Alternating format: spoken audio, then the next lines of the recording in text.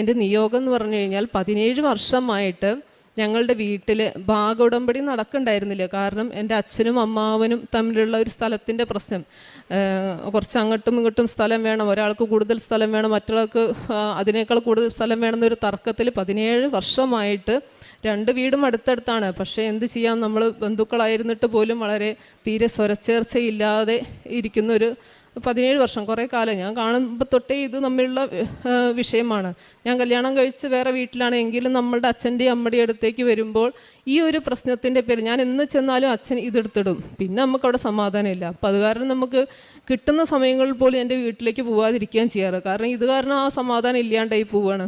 അപ്പോൾ ആ ഒരു വിഷയമാണ്. അപ്പോൾ ഈ ജപമാല റാലിയുടെ മുന്നെയാണ് ആ സ്ഥലം അളവ് പറഞ്ഞിരുന്നത്. അപ്പം ഞാനാണ് ഈ ജപമാല റാലി കഴിഞ്ഞിട്ടുള്ളൊരു ഡേറ്റ് അവർക്ക് കൊടുത്ത് എനിക്ക് ഒഴിവില്ല, ഈ ഒരു ഡേറ്റിന് മതി എന്ന് പറഞ്ഞിട്ട്. അങ്ങനെ ജപമാല റാലിയുടെ പിറ്റേ ദിവസമാണ് ആ സ്ഥല അളവ്. അങ്ങനെ ജപമാല റാലിയിൽ ഈ നിയോഗം പ്രത്യേകം സമർപ്പിച്ച് ഞാൻ പ്രാർത്ഥിച്ചു. എന്നിട്ട് ഇവിടുന്നുള്ള മണ്ണ് ഞാൻ കൊണ്ടുപോയിരുന്നു.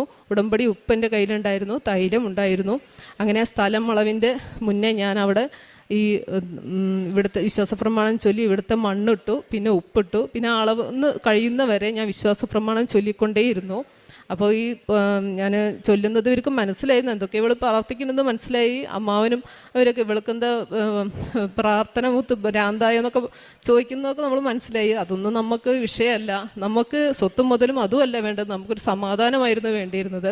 അതിനുവേണ്ടിയാണ് ഞാൻ ഈ ജപമാല റാലിയിൽ പങ്കെടുത്ത്. അളവ് കഴിഞ്ഞപ്പോൾ ഒരു പ്രശ്നവും ഉണ്ടായിരുന്നില്ല. അവസാനം ഒരു ചെറിയ സ്ഥലത്തിന് ഒരു കശപിശുണ്ടായിരുന്നു. പക്ഷേ എൻ്റെ അച്ഛന് ഭയങ്കര വാശി പിടിച്ച ആളാണ്. പക്ഷേ അച്ഛനത് വിട്ടുകൊടുത്തു. അത് സാരില്ല, അത് അവനെടുത്തോട്ടെ എന്ന് പറഞ്ഞു. അത്രയും മാതാവിൻ്റെ ശക്തിയാണ്, ആ ജപമാല റാലിയുടെ ശക്തിയാണത്.